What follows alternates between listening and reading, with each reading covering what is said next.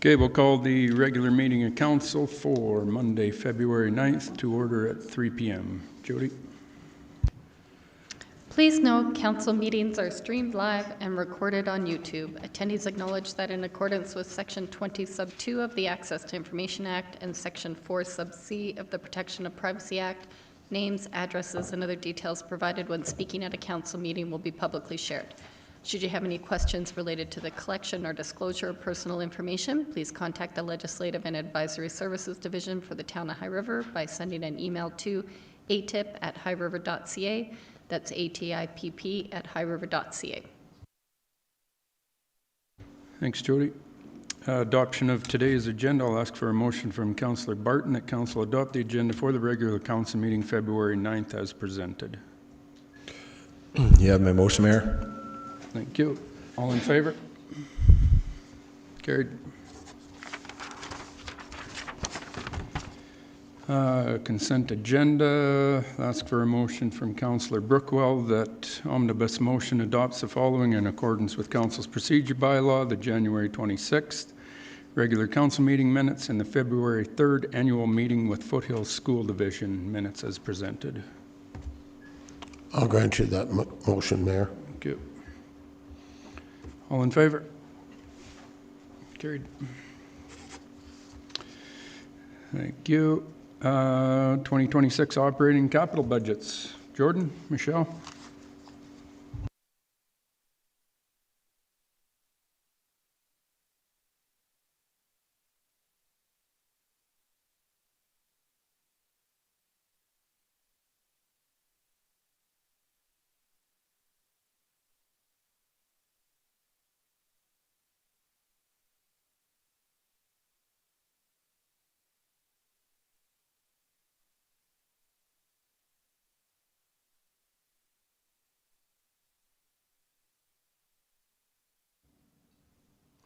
Thank you, Mayor and Council.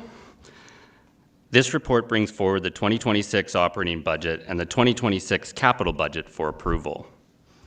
So a little update. Since last deliberation day, per Council direction, administration completed a final review and reduced the recommended operating budget by a further $98,376. This change is reflected in the budget before you today. The recommendation before Council is to adopt the 2026 operating budget in the amount of $36,711,930. If approved, this operating budget will replace the interim operating budget previously adopted for 2026. The recommendation also seeks Council approval of the 2026 capital budget in the amount of $4,106,850. and the approval of the 2026 municipal tax levy of $17,715,697. The recommendation further includes reaffirming previously approved capital spending authority carried forward into 2026 and receiving the multi-year forecast schedules for planning purposes. Final tax rates will be determined and brought to Council by bylaw following completion of the assessment roll. Administration recommends Council approve the resolution as presented. Thanks, Jordan. Questions, comments from Council?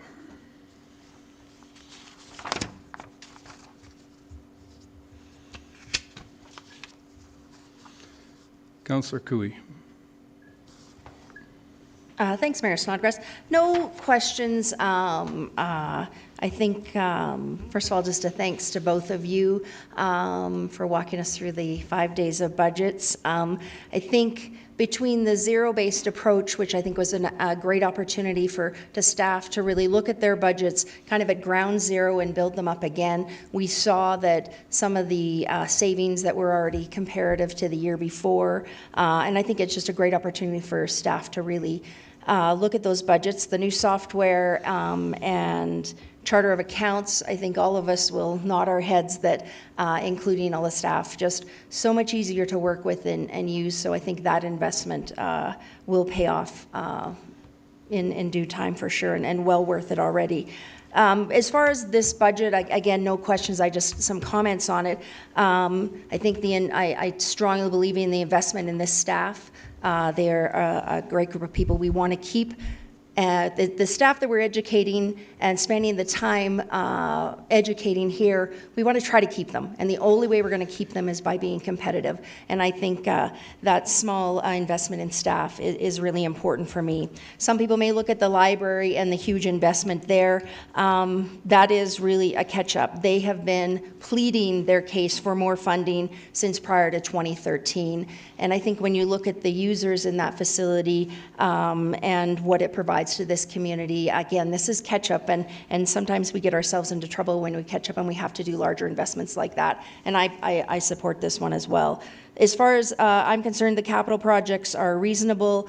They are investments in our community. They include asset management. They include asset replacement. There's some small beautification and accessibility projects and some essential projects. So I just think a real balance of capital projects there, but none that are overly frivolous or out of sorts, and I think reasonable when you look at what we're facing going forward and the costs of doing business in today. So for me, I also like the fact Councillor McGonigal had asked staff to go back and sharpen their pencils, staff to sharpen your pencils, and you did that, and so appreciate that effort you put in as well. So that's my take on this coming budget.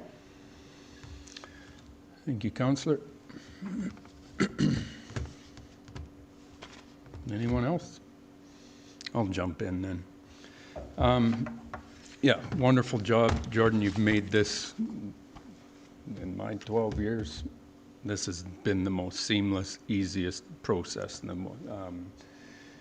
that we've had so far. And thanks as well, Michelle, the work you've put into it.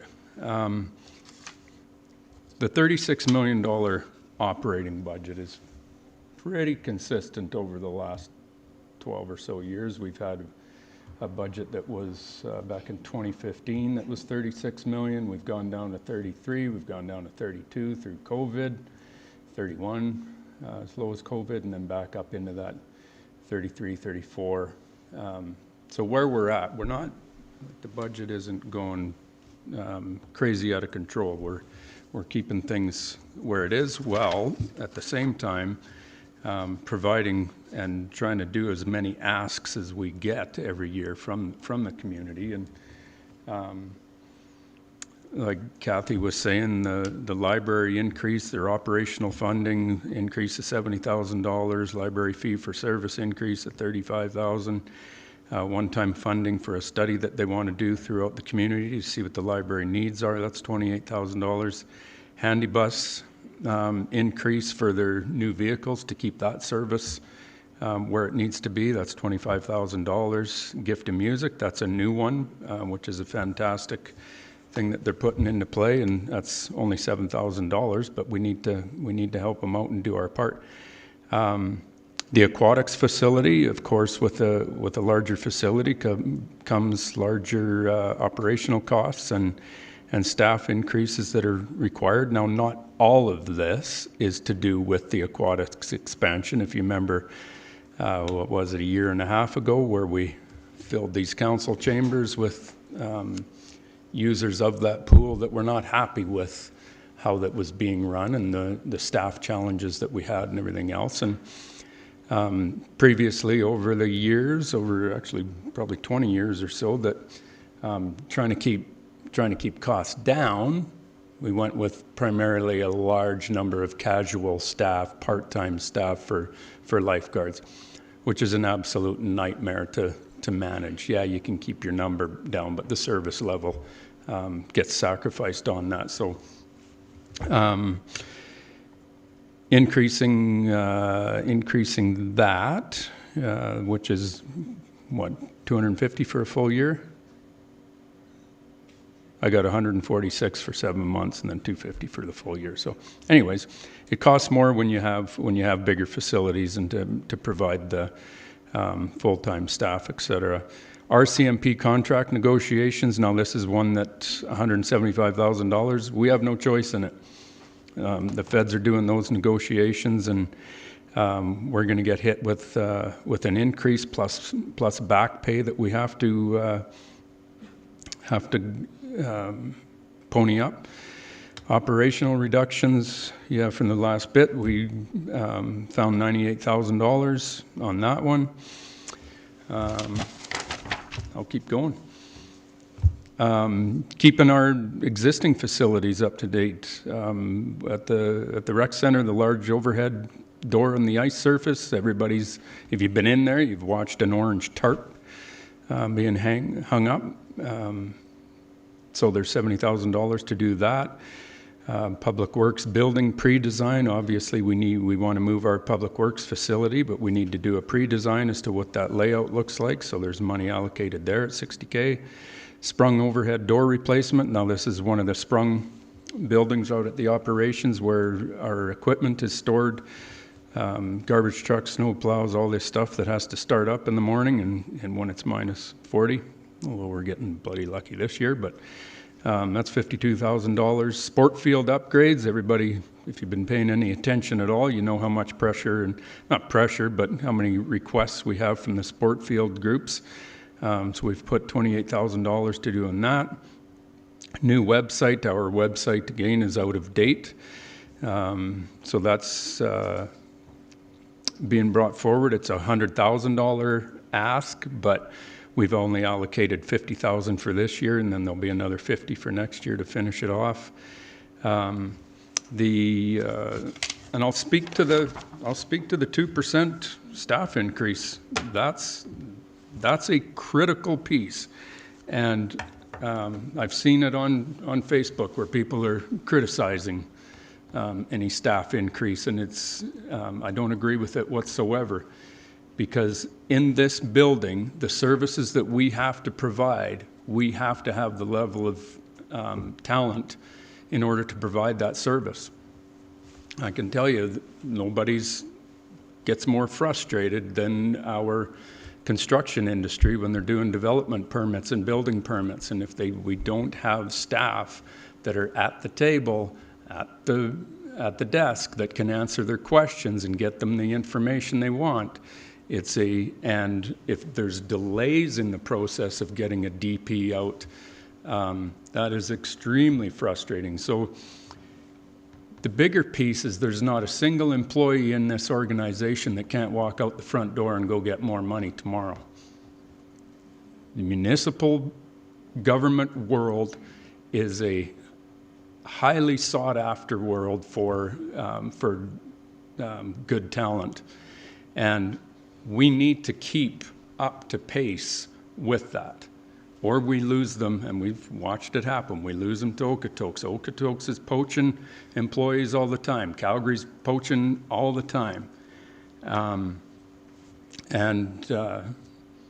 If you're not keeping pace, and that's why we're doing the 2% increase, is so that we can stay up. We had discussed going lower, but that doesn't get us.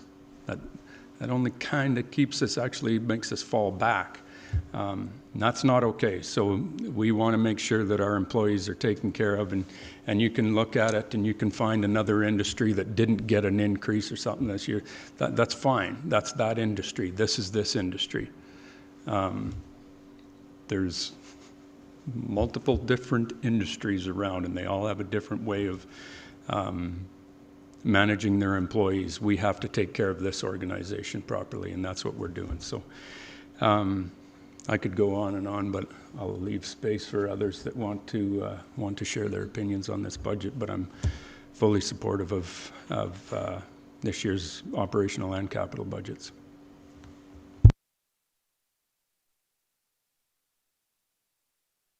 Councillor Nychuk. Thanks, Mayor Snodgrass.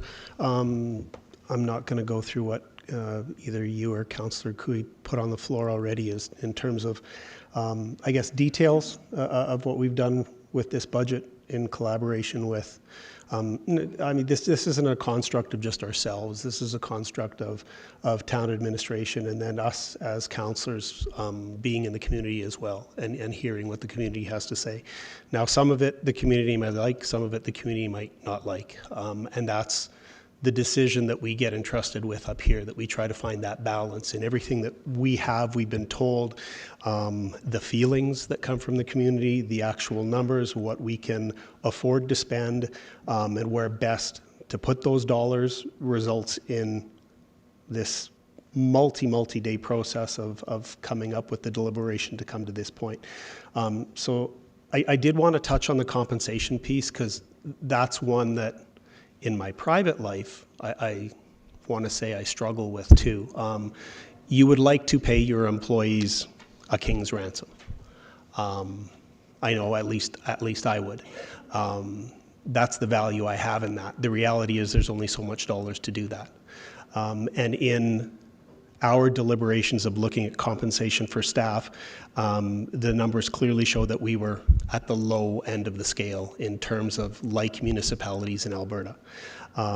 When you're at the low end of the scale, it's very difficult to attract new talent, good talent, or retain talent for those reasons that the mayor expressed. So we've come to what I think is a middle of the road. We did not open up the piggy bank and spend all the money there. We put in something that we thought was fair and equitable for the team that is employed here in High River and that serves the public, including us that sit up here. We're residents as well. So I just wanted to make clear that move was not to move it to the top of the wage scale. In comparison with other municipalities, we end up being middle of the road. That was the bigger comment that I wanted to put forward. One that didn't get expressed was we've taken a balanced approach into the funds that we have spent, and there's a list there, and Mayor Snodgrass didn't leave this one out by intent, but we did spend some, or intending to spend some money on an extension to the Happy Trails, which allows residents in the southwest, specifically centered around our seniors population in the manor, access to Happy Trails in the berm. Lots of those over the last couple of years. I've had the opportunity to be there and visit with residents, and they express how important that is to them to have accessibility. And when family comes to town, whether you have your family in town or come from out of town, that the utilization of that berm to go to George Lane Park and take part of the events there was really meaningful to them and important to us. So that was another item that was put into the budget this year. If you didn't have a chance to look at it and go line item by line item, but I'm pretty happy and proud that council decided to contribute something in that effort as well. So that's just one I wanted to bring up. Thanks, Mayor Snodgrass. Thanks, Councillor. Councillor Jones. Thank you, Mayor Snodgrass, and thank you to Jordan and Michelle for all your work. You made it sort of an easy process, and you were always very readily available to answer all our questions. And to staff and all of the divisions that did a real deep dive into looking for dollars and efficiencies in order to bring down some of the costs and sort of maintain our service levels, which is great. And to council too. So, this council really had some great conversations. We made some hard decisions, and I think we found a way to move forward that at least I'm very comfortable with. Councillor Barton.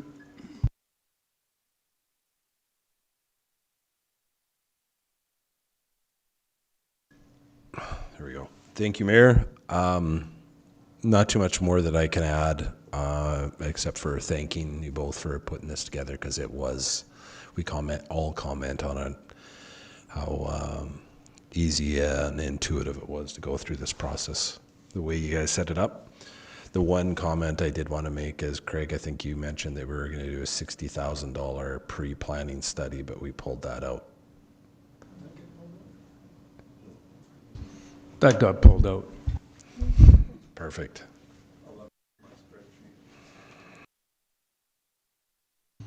Thanks, James.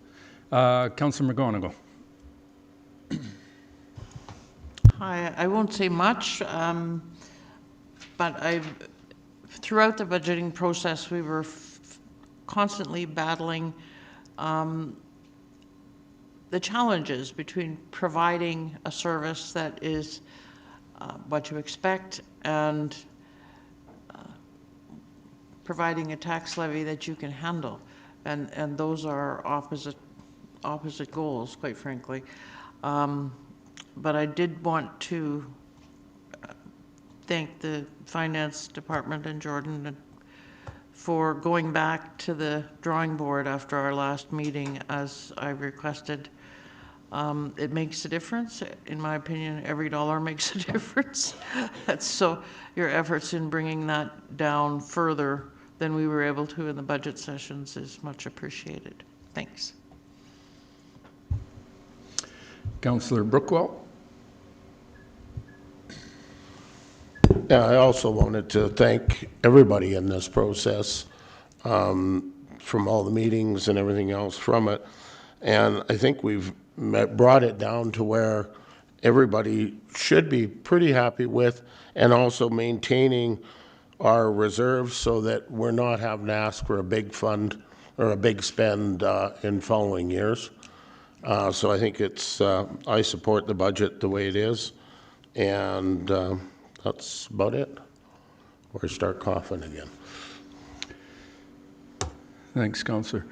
I'm going to go through a couple other pieces because we're live streaming, and not everybody has the full budget package sitting in front of them. So I will go through a few more highlights on what Garth mentioned about transfer to reserve. Now, there's big utility reserves that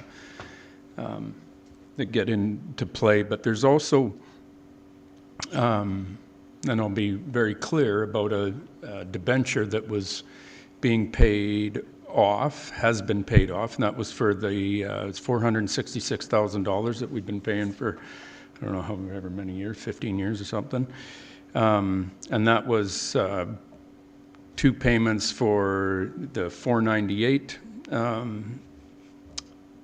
our portion of the creation of 498 out on the north end of town, as well as when we, back in 2015, purchased the CP lands from CP Rail, the money that we borrowed there. Those have both been paid off, and which frees up $466,000, which we have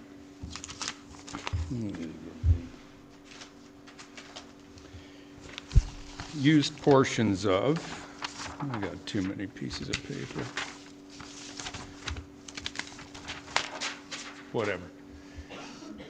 Used portions of for some of our capital projects. And as well, we're still able to retain $309,000 that will go into our reserve accounts. Now, the plan is that we discussed during the budget process is to probably create some kind of a recreational reserve, because we know exactly how much recreation costs, and it's crazy expensive, but it's also an amenity that as a municipality you have to provide to your community, and it's important that we have reserves in place in order to reduce if we have to borrow money for it. That if we can save, just like with the swimming pool, that after the whole debacle that happened there, that we were able to go back into reserves and basically pay cash for it. Not basically, we paid cash for it through savings that we had, which reduced our borrowing overhead, reduced all the interest that you pay on borrowing, et cetera, et cetera. So it's important that we continue to save for these projects, knowing they're coming.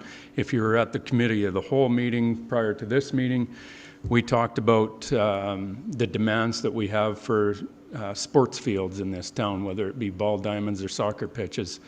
That's going to be millions of dollars if we choose to go into creating a better facility for that. I constantly get pressured on more hockey rinks, right? Like the hockey rinks, standalone hockey rink by itself, without land, without servicing, is a $40 million touch. Now, the pressure that the groups that I've got coming to me for a hockey rink is a full junior A hockey level rink. That is about $90 million if you're looking at all the things that a junior A hockey team needs to have in place. So these are massive, massive costs for recreation. So I think it's important that we start planning now and starting to put savings in the future because we know it's coming. On the capital projects, the staff had brought up, with all the asks that were in front of us, we had about a 5.4% tax increase that we were staring at, and that's a big pill to swallow to try to do that. So we go through the process of talking about each project, and some stay in and some get removed out. Big one, Wallaceville lighting, that people wanted Wallaceville lighting along all the happy trails through Wallaceville. Well, that's a $480,000 touch to put lighting just on the pathways. Well, if you do that pathway, well, where does that end? We got 28 kilometers of pathways, most of which are dark. So we took that out of play because we just don't think it's all that necessary. There's a First Street sidewalk over in front of, what's all in there? Well, we all call it the old Beef and Brew area, right? The old Kentucky Fried Chicken. First Street sidewalk there, $200,000. We took that off, just wasn't a high priority right now. 12th Avenue drainage, you all know about the drainage issues, but staff said $35,000 on First Street and 12th Avenue, $35,000, and there was no guarantee whether that was going to even fix the thing. One big project that gets left in is up on Crescent Avenue, full utility mains, water, wastewater remains replacement, and road replacement, $2.3 million. That has to stay in. That's important stuff that we have to get done. Which that one all comes out of reserves, correct? That's why we have reserves. 9th Avenue ramp that Michael was talking about, that's $50,000. There was a request from the curling club that we put baffles in so the sound isn't quite so echoey in there. That was $70,000. We took that out after much discussion. Like I said, the BSRC, large ice store, museum air conditioning, that was left in, $19,000. Sprungdorf Public Works, Little Bow School out at Shepherd Family Park, that's $20,000 to replace the roof on the Little Bow School. Snowplow replacement, we all know how important, again, not this year, but most. $515,000 for snowplow replacement. Battery replacement on the Zamboni at the rink, that's $32,000. Rotary windmills, that's a beautification project that we're working with Rotary on. Rotary's paying the vast majority of it, but we're putting $50,000 into the roundabout out here on McLeod Trail to do our portion of the landscaping. This is a project with Rotary for their 100th anniversary. And there's going to be these big tall brass windmills around the roundabout, which will be very, very cool. Water treatment dewatering, that's just it's just part of our capital infrastructure that has to be taken care of. 112th Street assessment, that's to assess the road and do geotech and everything on 112th. That gets left in. Public Works design, that was taken out. Audio in council, I don't know the people in the back row, whether you can hear me or not, but if you look above you, there's no speakers above you. That's a problem. So we're working with the county right now to get that addressed. Fire department computer refresh in the trucks. I think it's in the trucks, correct, Kent? Right? $45,000. Extremely important that you keep that going, that the computers in those trucks are operational. Garbage trucks, it's $1 million. If we continue to provide the garbage service in town, it's $1 million for a couple of trucks. We've taken that out simply because we're looking at contracting that service out. We're assessing that at this time. Where else are we? Sport field upgrades, to upgrade a couple of our local sport fields for our local teams. It's $28,000. We're working not only with our own fields, but with fields up at Highwood High and Notre Dame Collegiate.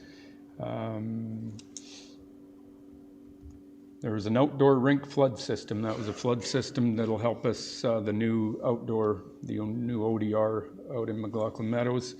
That was $75,000, and we were looking at different things, but we just want, that's a little premature right now to do that. So that was a $75,000 ask that we took out. Of course, the High Country Drive intersection, that was looking at about a $365,000. That's if the council chose to do the bump outs and everything. Obviously, over lots of discussion on that, we took that one out, and later in this meeting, we'll be deciding exactly what we're going to do there. Library accessibility upgrades. This is a $425,000 project that's for lighting and accessibility and parking and everything at the library. That stays in there. Website upgrades, again, we talked about this before, it's $50,000 for this year. So there is a ton of stuff that we have into this budget that we are providing on as our responsibility behind this bench for this community. And again, I'm 100% behind this budget, and I thank council and I thank administration for every department going through and sharpening their pencils that I know Chris does every single year to make them all accountable for the money that they're asking for and the money that they're spending. So much appreciated. Any more questions?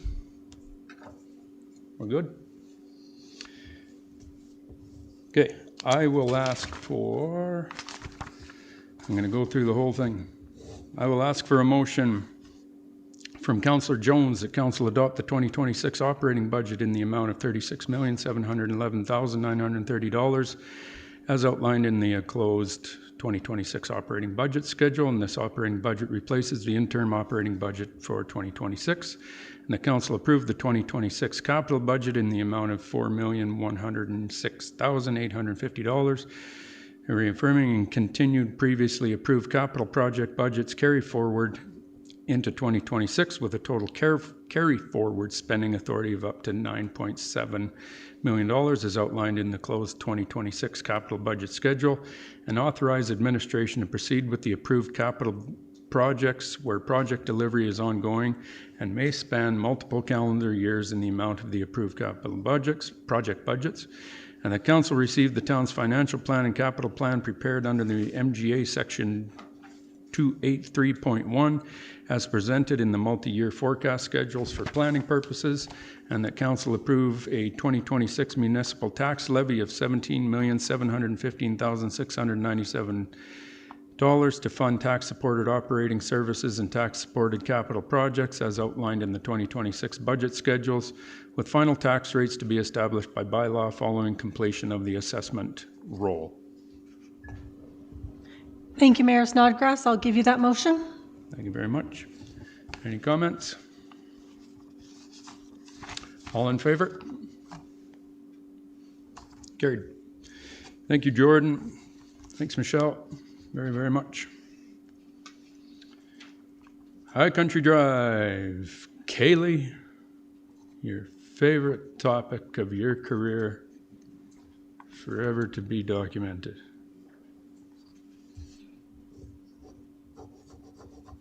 Where's that other motion? Yep. Email. All right, good afternoon. I am here to present some information as per the request at the January 26, 2026 Committee of the Whole meeting. As of right now, it stands, I believe there is a budget approved for $75,000, but I'll go over the estimated values that meet the different options that Council was looking for at the last meeting. So as per Council's request and much of the discussion, we discussed what would a four-way stop option look like, a two-way stop with solar side amber flashers, a two-way stop with hardwired ambers because there has been concerns in the past, an option of the two-way with the overhead hardwire flashers as well. In this report, you will also see further down that there were demonstrations of placements of curbing that are discussed in the pricing here. And I'll just go over, if you can bring up option 1. It is the location for the four-way stop. This one breaks down to having 4 poured-in-place curbs, 1 in each corner. That allows us to put the stop signs for the east and west legs out within sight lines. We cannot have the stop signs behind the curbs. That actually is outside of tax standards for how far the stop sign can be out of sight. So it brings it within the line of sight for the driver.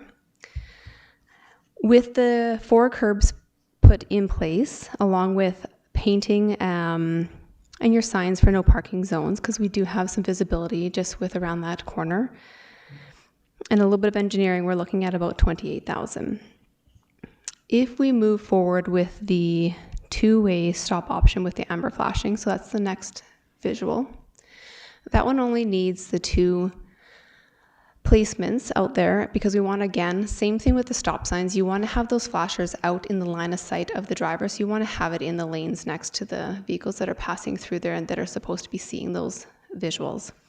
The solar option, a lot less complicated and also a lot more cost efficient, comes down to about $42,000. I know there's been some past concerns with them acting up. I think we've resolved a lot of that issue around signals, so I don't think that should be an issue or concern going forward. The other option would be to do this one similar, but with hardwired.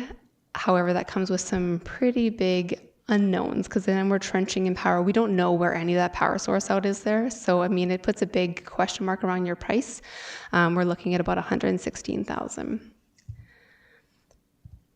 And then the other option being obviously the overhead wired option. If we are concerned about visibility, that would be it'd be back behind the curbs. You wouldn't technically need those curbs out there because we're not bringing them into line of sight, because now it's going to be hanging above the road. However, that also has some pretty big unknown costs, because again, we don't know where the power is coming from, so we're trenching it in, and just the sheer cost of them. That option on its own comes in about $156,000, keeping in mind that this is all kind of estimates. Now up on the screen, you can actually see what those poured in place curbs look like. So they're a little less aggressive. You can see that they're actually not directly up against the curb, which then helps us with our storm. We're not having to redesign our storm. Our storm still continues to follow the same path it was following into the same catch basins. We're not digging all that up. So there is some benefits to doing that. And then the other alternative is, at a zero cost, is just to leave it as is. It wouldn't be outside of any type of standard. City of Calgary leaves those temporary solutions often in place about 10 to 15 years, because as we know, the cost of actually building that, we've seen the dollar value, it's pretty high. And so it's one of those things where it does need to be saved up over time, because it's a pretty big project. And often you don't really want to be doing surface work and reconstructing your curbs and road structure unless you're actually getting into the mains, because then you're digging up for a reason, you're getting down to those mains. So those are the options before you with some estimated values. And I'd be happy to take any questions. Councillor Brookwell. Thanks, Kaylee. I just wanted to confirm, Kaylee, on option 1, you've got so the bump outs are really only on the east-west, not on the north-south then? The stop signs, because it'll be all 4 stop signs, correct? That is correct. So where we would be bringing those curbs is because we're needing to bring the line of sight in on those east-west legs, just because that stretch of road, or that traveling through distance, is quite a bit wider and also has 90% of the traffic that we're trying to warrant and bring that attention to the stop sign, versus your north and south legs have considerably less traffic, only about 10% of your traffic. And it's quite a bit narrower because you've got that center median that was built in. So there's not as much room for kind of that wide, having the stop sign too far from the driver. The driver is actually quite close to the stop sign when it's placed back to its original location. Okay, so those two little bumps are just like the ones that are over by the manor, as you demonstrated in That's the picture? correct. They're about the size of a TCC, but they're poured in But place. just on either side of the, basically just on either side of the pathway going across? So in this case, it would be not on either side of the actual crossing itself. If you take a look up on the screen, you've got it just, it would be right where the stop sign is going to be placed. So the stop sign is going to be placed before the shared wide crosswalk of the pedestrian and golf cart crossing. So right where those two blue dots are to the west of the intersection. And then you have the same two poured in place curbs on the east side, because there's obviously going to be a stop sign on the east side as well, stopping that traffic that's traveling west. Again, it's just to bring that stop sign, because if we don't put those concrete curbs out there, we have nowhere to mount the stop sign other than to mount it behind the sidewalk, which puts it outside the line of sight for the driver. Thank you. Councillor Jones? Thank you, Mayor Snodgrass, and thank you, Kaylee. I actually really like the design of the four-way. I feel the four-way accomplishes more with traffic safety, slowing down, or pedestrian safety, sorry, slowing down of traffic, and bringing, of course, those sight lines was always sort of the intent of bringing those curbs out anyways. So having these pour in place, or, you know, curbs, I think definitely adds value to this intersection. I personally don't feel that flashers accomplish all of the issues that we have at that intersection. So this is a great sort of compromise between completely redesigning this intersection and possibly seeing how it works with these four-way stops and this new crossing area. And then we can always, if we wanted to go into a full design, we can, you know, spend the money, we could, or, I mean, change it and look at something else. I feel this accomplishes the goals that I see need to be met at this intersection.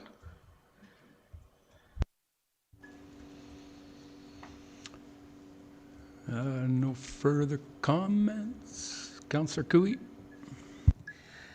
Thanks, Mayor Snodgrass. I mean, I guess I'm going to ask a question. I'm going to compare, and sorry, this is maybe unfair, but I'm looking at the corner of 14th Street and 9th Avenue, which is by Highwood Co-op, or not Highwood Villas, Highwood Co-op, by Joe Clark, near Joe Clark, off Sunshine Trail, turns into Sunshine Trail. So I know that our big issue at this intersection is that slight curve.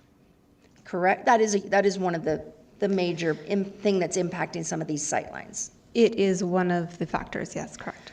But when I look at, any way we could bring that in, when I look at that road, 9th Avenue, it's got a curve, it's by a busy school, it's got the four-way stops that don't come out anywhere. I guess when I look at this, what maybe I'm looking at is we need to pull it back a bit. If we start at the ground and work our way up, we can always add, we can never go back, right? So I guess I'm just comparing these two, I'm not being very clear with my thoughts here, but comparing these two intersections, because it does have a small curve, again, maybe not apples to apples, but the four-way stop is in play there. It's not brought out from what I can see or recall. So I guess I'm asking, you know, I'm looking for a bit more convincing why we need to add these pork chops. I just need to be sold a little more on why we need to add the pork chops. When we have other intersections, similar size, not always with that curve, that the four-way or three-way stops seem to be working just fine. So I think I know which intersection you're talking about. I'm not sure if we can get it pulled up on the screen so I can confirm I'm talking about the right one. Nope. Southeast, guys. Southeast. Joe Clark, by Joe Clark School. Right, 14th, right here.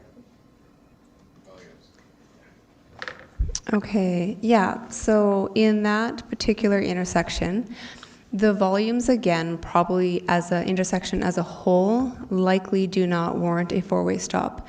What would warrant, provide some, I guess, support to the four-way stop is that the legs all have, 3 out of the 4 have fairly similar numbers traveling through that particular intersection.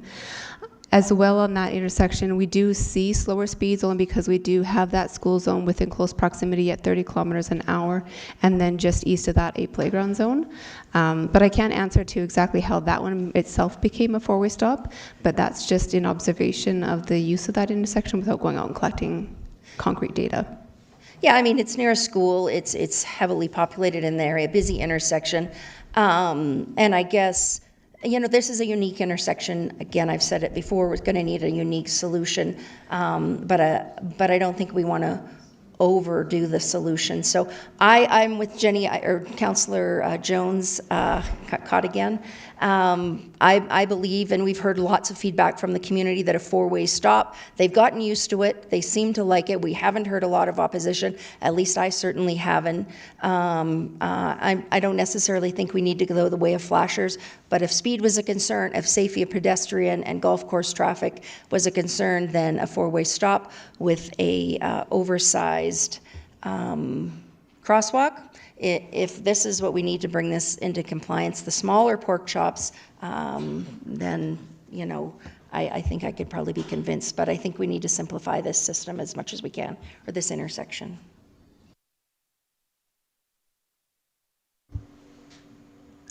Councillor Nychuk. Thanks, Mayor Snodgrass. Just to add to, I guess, some community comments that have come back. I mean, the big thing is the removal of these temporary measures, and we all want to see that happen as quickly as possible. But in terms of the maintaining the intersection at a four-way stop, that's the only feedback that I think we've had is email communication or interpersonal communication. From that area of the community, I haven't received, nor have I seen an email that said, turn it back to the way it was and leave it at that.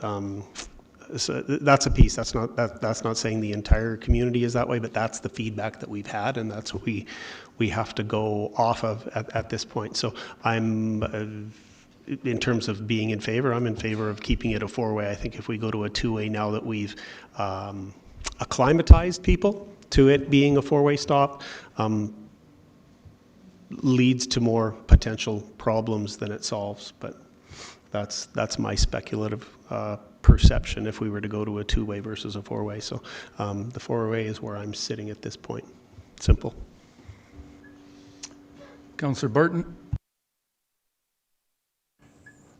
Thank you, Mayor. I was looking at these options, and I'm in favor of the four-way stop, option 1, I believe it is, isn't it? Option 1 or option 2? It is option 1, yep. Yeah, option 1. I like this. It's a little more simplified approach. My only I have a couple concerns. I shouldn't say my only. I have a couple concerns. Is after our last meeting that we actually sat and talked about this in length. There was a committee of the whole. After that, I actually went to the golf course, to where the washrooms are, and I actually stood in the golf cart path, and I faced north or faced south and took a picture. One of my concerns is when you are trying to herd cattle, they're going to go the quickest route. And when I took a picture, and I'll share it with councillors and I'll share it with you as well, you're looking straight ahead to the other cart path across the road, not to the corner. You're not going this way, you're looking straight ahead. And when you give a couple golfers a couple beers or anything like that to influence them. You judging me? Yep. They don't have clear vision, right? So I like four-way stop. I like the fact that we can maybe encourage them somehow, or even say to the golf course, okay, this is what we come up with. I think we need to encourage traffic close to the corner. So that was one piece. The second part is, after that meeting or during that meeting, we had a discussion with, I think it was Garth and Kathy were sitting beside me at the time. Sorry, councillors, Brookwell and Councillor Cooey. We were having a discussion about some other golf courses around Alberta that I could think of, and everything was like from Silvertip to, man, there's a lot of golf courses around that have cart paths that are pedestrian and cart path combined. I don't think we need, this is just my opinion, I don't think we need an extra wide cart path. I don't know statistics, but I don't, around those particular courses, but I don't recall anybody hearing about anybody getting hit or fatalities. Airdrie, I think, has a similar situation too in one of their courses. So I think just minimizing the width of that crosswalk just so that we can actually get the stop sign closer to the corner, because that's been one of the concerns that's been brought up a few times from, I think you were the one that brought it up to us, is just it was stepped back, right? So that was 2, and my third point I forgot because I was talking so much, so I'm good. So last summer, we did get rid of the 2 independent or 2 individual crosswalks. And so that the letdowns, the ramps that existed so you could just go straight across, have actually been removed and have been changed to standard concrete curbing, along with then the pathway that kind of veers off towards the intersection to bring them to the intersection, to cross at the intersection, with new ramps that are sized for the equipment and for the golf carts. Thank you. Councillor McGonigal. When we last talked about this, my understanding was that we were going to remove all the bump outs and go back to either a 2-way or a 4-way, depending on what we decided today. Because of correspondence we've received, my preference would be the 4-way, but you're talking again about putting poured in place curbs the same size as the single temporary calming curb. Firstly, I think putting a 4-way in does calm traffic. It makes everybody stop. But I'm not sure why you're putting more bump outs back in. I mean, I thought the goal when we last met was to get rid of the bump outs. So why are we putting bump outs in again? We're not. They kind of look like it. Well, I think the little yellow dots on the, if you go back up, whoever's running the Kent, right there. So the little yellow dots you see, those are the temporaries. Yep. Yeah, And they're the just kinda temporary old. ones are the yellow ones, and the little blue dots are where the poured-in-place singular curbs are going to be, and that's solely for the purpose for the stop sign to be mounted onto it to bring it next to the driver, so it's within the line of sight for the driver that it was going to be stopping at the stop sign. It's bringing attention to the drivers that are traveling east and west who wouldn't be I wanted really to can't stop. hear you. I'm sorry. Okay, sorry, I can start over again. So the yellow on the I understand the yellow. it's the TCCs. The blue, the smaller ones that you see on the screen, are the poured-in-place ones. Those ones are solely there for the stop sign to be mounted on there, because the stop sign needs to be within a certain distance of the vehicle it's required to see it to stop. And so it removes the rest of the TCCs that doesn't restrict the turning radiuses any further in the intersection, and it's just solely for the purpose of bringing that stop sign in alignment. Right now, if we put the stop sign, it would be in the grass, which is behind the pathway, behind the sidewalk, and it takes it too far out of the line of sight for the driver, so then it's not as visible for the driver. And in this case, east and west traffic are 90% and north and south are only 10%. So in order to bring attention to the complexity of this intersection that you wouldn't typically be warranted to stop at, we want to make sure that that stop sign is for sure within the line of sight of the driver that needs to see it and comply to it. Can you just scroll down to the little curbs? So that's what will be there. Councillor McGonigal, not the full bump outs. The bump outs are gone. This is just a little board in place curb. You can go by them right, obviously, right in front of the manor on McLeod Trail. That's all that would be there. That's it, just on the east and west. Yeah, and it legs doesn't of it. nearly intrude into the, it's not the same pinch as if you were to have the full TCs and the full design. Bump outs, exactly. So,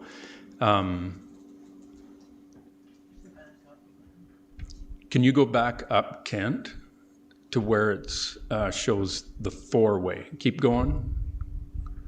That, nope. Yeah. Yeah, that's the right one. That's the four-way. So you'll see it's only on the east and west legs, and it's just for the placement of getting that stop sign within visible range of a driver.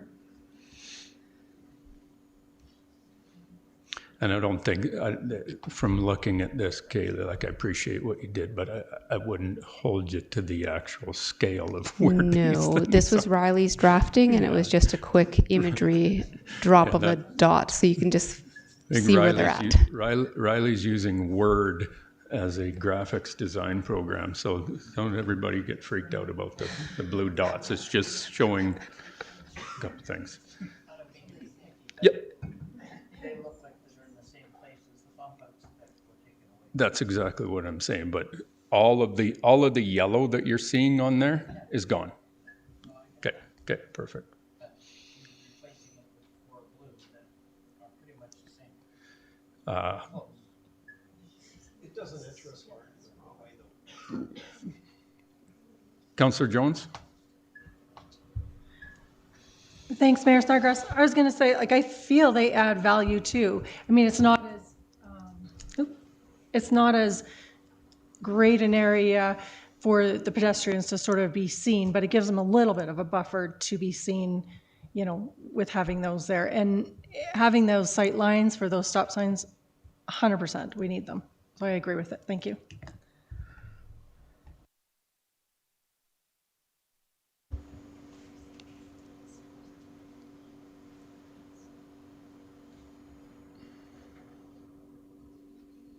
So, okay, they're quite a bit smaller than the bump outs, just for Vicky's clarification, right? Like They're not going to even be the close. same depth into the road and as intrusive. You can see that one. It's Yeah, even that one's too far. Okay.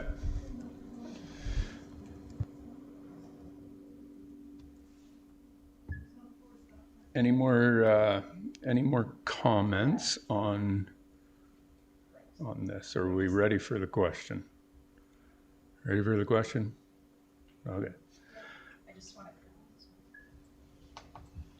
Go ahead, Councillor Cooey. Yeah, just the clarification on this, that the audience is stating that it doesn't appear because there's not the 4 blue dots, that that's only a 2-way, but the intention is this is what it would look like for the 4-way. There would be no, those things, going north-south. They're only east-west. So that still has the stop signs where they currently are. yes, so it's only for the east-west traveling lanes. Right, makes sense? No? It's still a 4-way stop, but the stop signs on the north and south legs are installed where they would typically be installed, which is behind the sidewalk. Right. So there's no need to bring them out with those. So we're not reducing the width of the driving lanes traveling north and south because they're already reduced in the sense that there's that center median that doesn't provide that traveling space. So it already naturally moves the car closer to the stop sign that would be placed next to the sidewalk. North-south goes back to looking exactly like it did in March of 2022. That is correct. Okay, I'm going to ask for a motion from Councillor Nychuk that Council direct administration remove all temporary traffic control items by 4:01 p.m. at the location of High Country Drive and Highview Gate and install 2 permanent concrete poured in place curbs and for a 4-way stop intersection with painted no parking zones to improve intersection visibility. I'd be happy to give you that motion, Mr. Mayor, but I think I'd like to have a friendly amendment to expedite that Thank you. to 4 minutes and 30 seconds instead of the 4:01. Of course, I'm joking. Yeah, I'd be happy to give you the motion as you stated. Thank you. Okay, it's your motion, and it's friendly. Okay, going to a four-way stop. All in favor? Carried. Merry Christmas, Kaylee. Thank you so much. Okay. Next item on the agenda, Councillor Board and Committee reports. Anyone? Councillor Cooey. Thanks, just one, and may have been read because the Shepherd Family Park information is included, but just a reminder, their AGM is coming up on February 18th, 7 o'clock at the barn. If anyone's looking for some opportunities to volunteer either on a board capacity or just to be involved in the great group that's out there doing a lot of fun things and a lot of great things in that park, that they're absolutely, we'd love to have you. Thank you. Anyone else? Board and committee minutes. There's the Shepherd Family Park Society minutes. Public comments. We've got a couple of requests previously. First one from James Young, if James is here.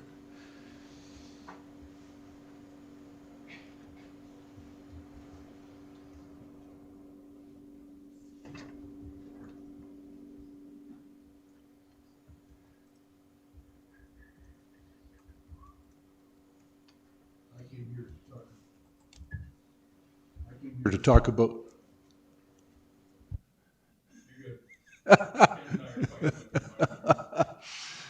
Okay, I came here to talk about and support the four-way stop project, and it looks like that's been thought its way through. So I got it at grade 9 with about 50%. I'd give you guys about 90% on this one, so I think we're good to go. Thanks very much for everybody's patience on working through this project. Thanks, James. Next one I have on my docket is from Carol McMillan, please.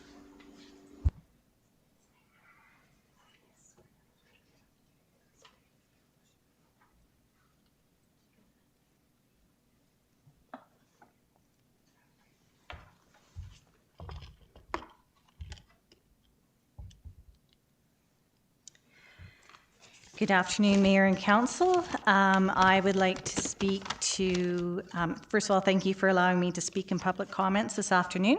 I would like to speak to item 4.1, the 2026 operating and capital budgets. Although I reviewed the RFD presented to Council by administration, some information seemed to be missing for clarification.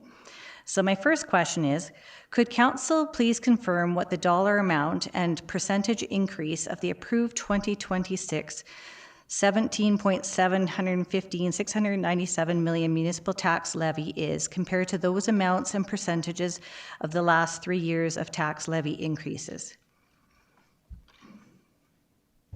Jordan, do you got that? Not on hand. I can go away and come back to that. What's this year's? What did it come down to? For an increase in tax levy or in? Correct. Down 3.3 or?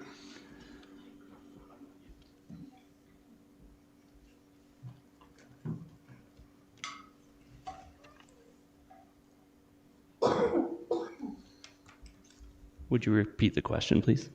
Sure. Could Council? Am I on? Could Council confirm what the dollar amount and percentage increase of the improved 2026 $17.7+ million municipal tax levy is compared to those amounts and percentages of the last 3 years of tax levy increases? To Council through the Mayor, I can provide that. I don't have those numbers on me right now, but I could definitely go away, come back, show the tax levy from previous years and show the increases, if any, up until this approved levy. I just don't have it on me right now. Yeah, no problem.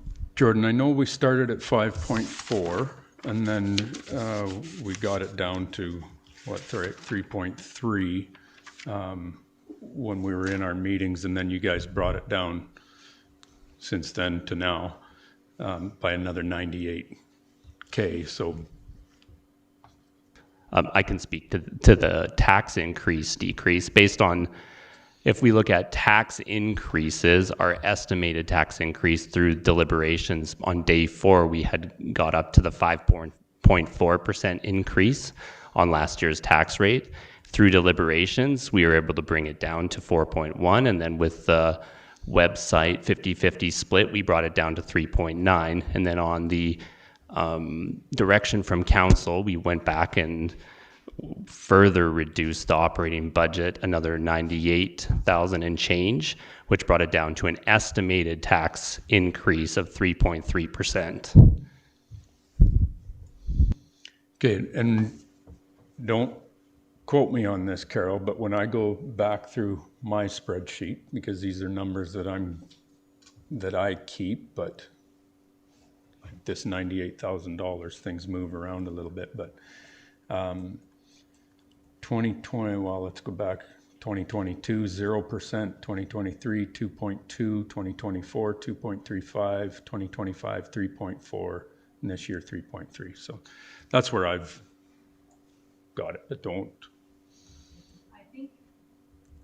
Thank you. I think what I was speaking to is more like the actual tax levy, but my other two questions might actually have more clarification, because the way I'm seeing it is that we've gone up 1.7 million from 2025, which is almost 4 years of tax increase in 1 year. But I'll bring up my next question, is could council confirm what the split between existing taxpayers and new construction is for the 2026 increase? The which, sorry? What the split between existing taxpayers and new construction is for the 2026 increase. So in the past, we actually had a budget breakdown where you could see how much is going to be residential, how much is going to be commercial, and also involving new construction base. So I'm just wondering how much of the increase is on existing taxpayers and how many is considered about for new construction.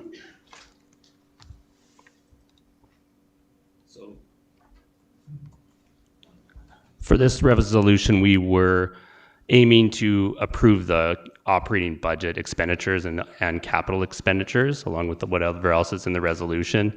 Once we have a completed assessment roll, which at this point we don't have that done yet, once we have that done, then we'll have a breakdown of the assessments by category, and then we can show at that time, once we do the tax rate bylaw, how that split occurs. So just on that note, the comparison between residential and commercial tax rate, the ratio difference is 1 to 1.3. Has been for what, about 10 years now. So, and council discussed whether that should be increased on the commercial end of things to reduce on the residential, but it's a give and take. So. Okay. And then I guess, could council confirm for what items the increase is specifically needed? And I understand you went through your capital, like the operational thing about the pool, but just specifically, just thinking about the tax levy increase.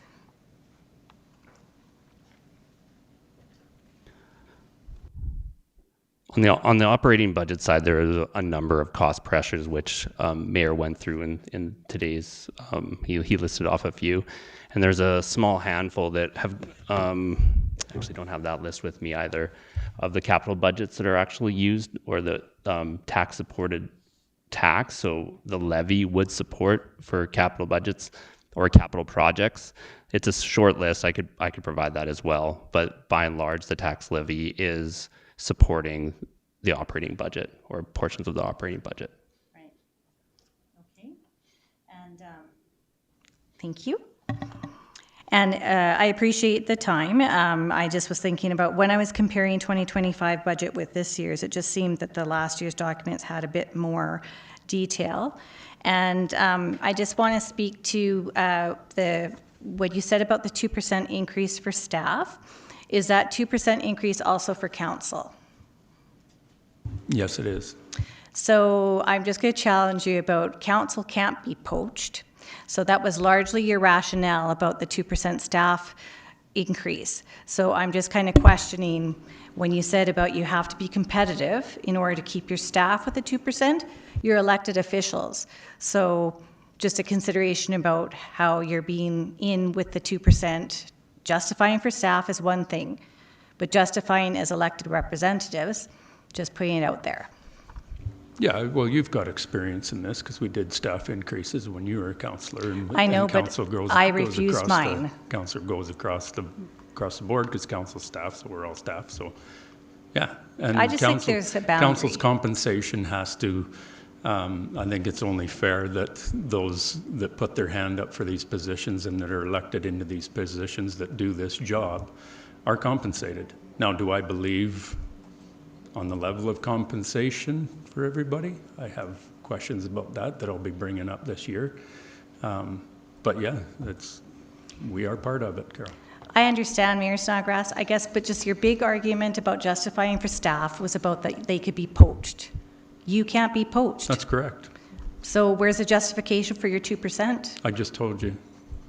Yes, but I'm playing devil's advocate. Why wasn't there a discussion about 0.5% if you feel, you know? I guess this is just a little bit of a personal thing for me that I think, you know what, you're elected. In some communities, there's not even a salary. And I just think... Name one. Well... No, seriously, name one. Okay, thank you, Councillor Jones. That's, but, don't, okay, please fair, don't put, fair enough. Please don't throw stuff out like that. Well, you know that's what, though, when you completely think untrue about, and you know okay, it's untrue. It's just, I'm just going to play devil's advocate here, is that you put your name forward because you want to serve your community, correct? Yeah, and there's a job that needs to be Right. done at this bench. It's not, you're not on the museum board. This is much different than a museum board. You've sat behind here, Carol. You know it's vastly different. I know. This is a job. It's a part-time job, but it's a job. Well, I actually took it very full-time. So we'll stop it there. I just thought because you kept stressing poach, poach, poach, I was sitting in the audience thinking No, I you mentioned can't that be once. poached. Yeah, So, yeah, you're absolutely right. okay. I appreciate it. Yeah. Thank you. Thanks, Jordan.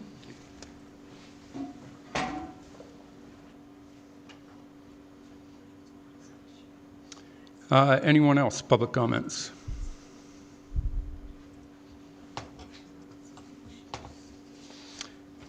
See none.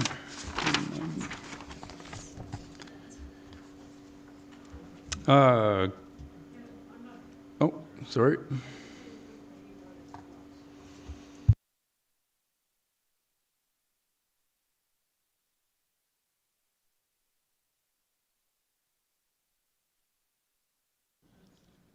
Am now. About this High Country Drive, again. So we're spending $28,000 for concrete to put a sign up? Can someone answer? Because that's what was brought out, 28,000. Yeah, that's the estimated amount to do that. That's a lot of concrete. I'm not in the concrete business. 20,000 for concrete? For 2 stop signs.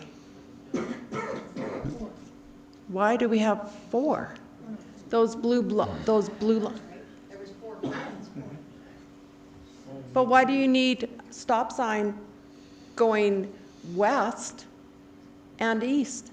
Okay, so why in the crosswalk is there 2 stop signs? Doesn't make sense to me. Yeah, see, that's the question, and your question's valid, because when I first looked at that, Kaylee, is she still in the room? The 4, like you've got the little... blue dots. The blue dots. So on the right-hand lanes where the stop signs would be placed, I get those. In the left-hand lanes.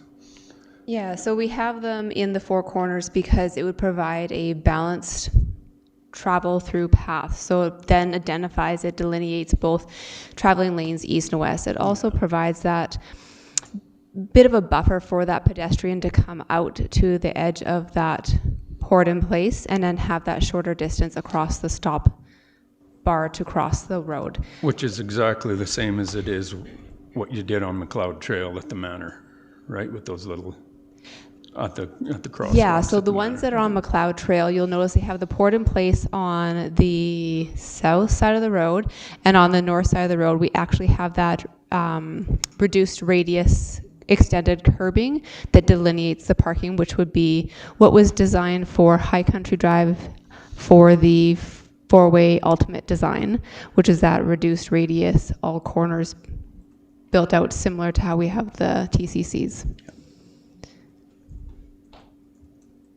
Well, those ones aren't as big as the ones that are up at the high school, the Catholic school.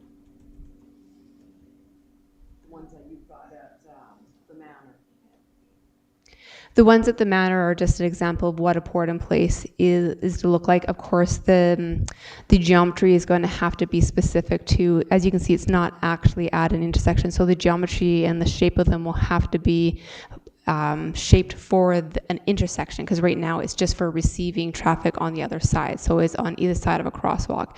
This is just to kind of demonstrate that we can put curbing out there that is at a cheaper value and doesn't mean that we have to do a full reconstruction of the road, allowing the storm to still participate or still follow its same path. So it's not actually built into the road. It's poured in place, so we're not having to tear up to be able to put it in place. We're not having to reconstruct and redesign all the storm. So we're putting actual concrete. We're not just putting some of those up. That is That is correct. These are poured in place concrete curbs.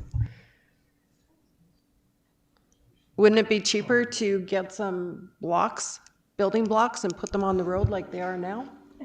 They're $600 if I'm not correct. Okay, we're like, we're into the weeds of operational stuff, Maureen, Well, like I get it, but we've it's gone our from taxpayers' yeah, I dollars get that it, are but we've paying gone for from this. $365,000 fixed, we're now down to about 20K.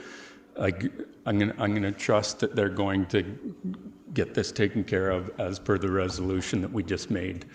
Like, I don't want to spend this meeting with you arguing with staff about how to pour concrete and stuff and what shape. We're not doing that today. So you're welcome to give us or talk to Chris about it. That's 100% for sure. Okay. Thanks, Kaylee. Thank you. Anything further, public comments? Evelyn? I'm sorry, I'm behind, didn't quite understand what the master transportation plan, what study was? Can you speak to that? So the master transportation plan that you see within the budget is to update our existing one, which is about 10 years old, Kaylee, if I'm correct, so that we can update our offsite levies and charge back developers appropriately. Sorry, please slow down. No worries, Evelyn. So the intent is to update our existing transportation master plan and make it current to all the development that we've seen around town and all the traffic volumes that we're seeing. One is to help us plan our future traffic network and all our area structure plans and reconfirm that, but also to update our offsite levies so that we can charge back developers appropriate costs when it comes to transportation.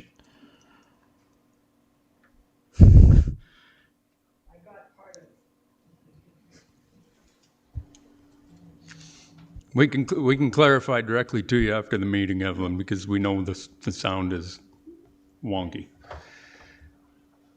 Anybody else further for public comments? Seeing none, we will move on into council correspondence requiring action. First one being the Notre Dame Collegiate Graduation invitation that we get every year. I'll ask for a motion from Councillor Cooey that Mayor and Council will notify administration of availability to attend and speak in the event May 23rd, 2026. I'll give you that motion, Mayor Snodgrass. Thank you. All in favor? Carried. Foothills Country Hospice, 2026 Hike for Hospice Hustle sponsorship request. We do this one, we just do the major gala, right? We're a major sponsor in their gala, so is the one we normally do. So I guess I'll ask if there's appetite for council to come on this. This is the same way we do with the Hospital Foundation. We do a major sponsorship for them as our contribution rather than the smaller ones. So if there's no appetite, I'll just leave this one alone. That's okay. Good. Municipal Days of Respect and Support request, Agriculture in the Classroom Canada. I'll ask for a motion from Councillor Jones that Council authorize the administration building be illuminated green on March 2nd, 2026 in recognition of Canadian Agricultural Literacy. I'll give you that motion, Mayor Snodgrass. Thanks for helping me out. All in favor? Carried.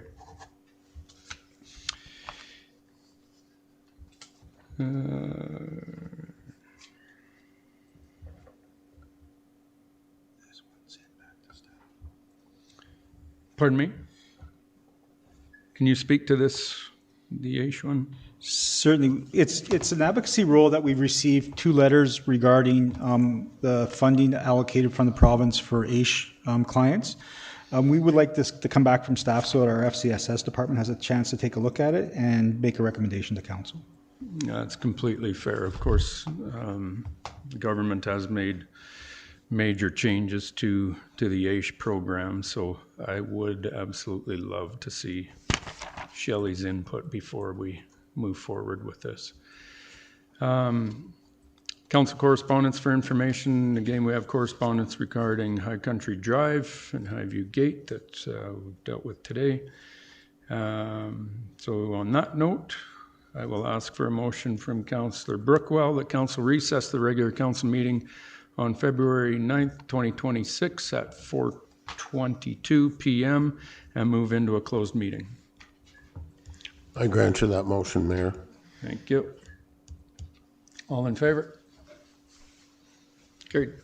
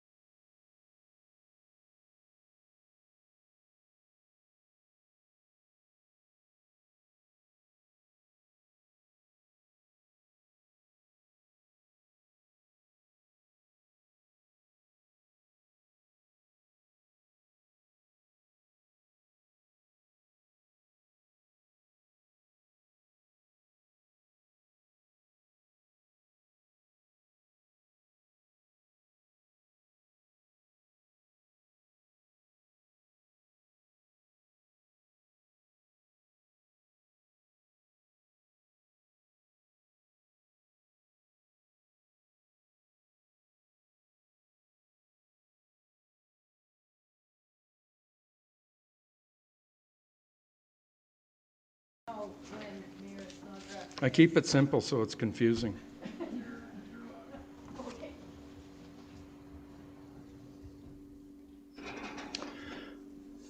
Okay, following the quick in-camera session, I'll ask for a motion from Councillor Barton that Council appoint Ms. Andy Dirksen to the Community Vitality Advisory Committee, the High River Library Board, and the Subdivision Development Appeal Board with term start dates of February 10th, 2026, and term expiry dates of October 31st, 2028.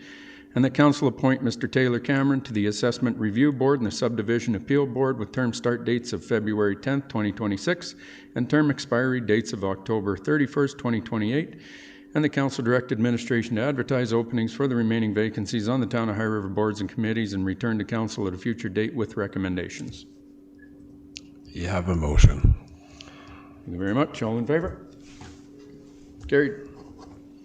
Meeting adjourned 4:33.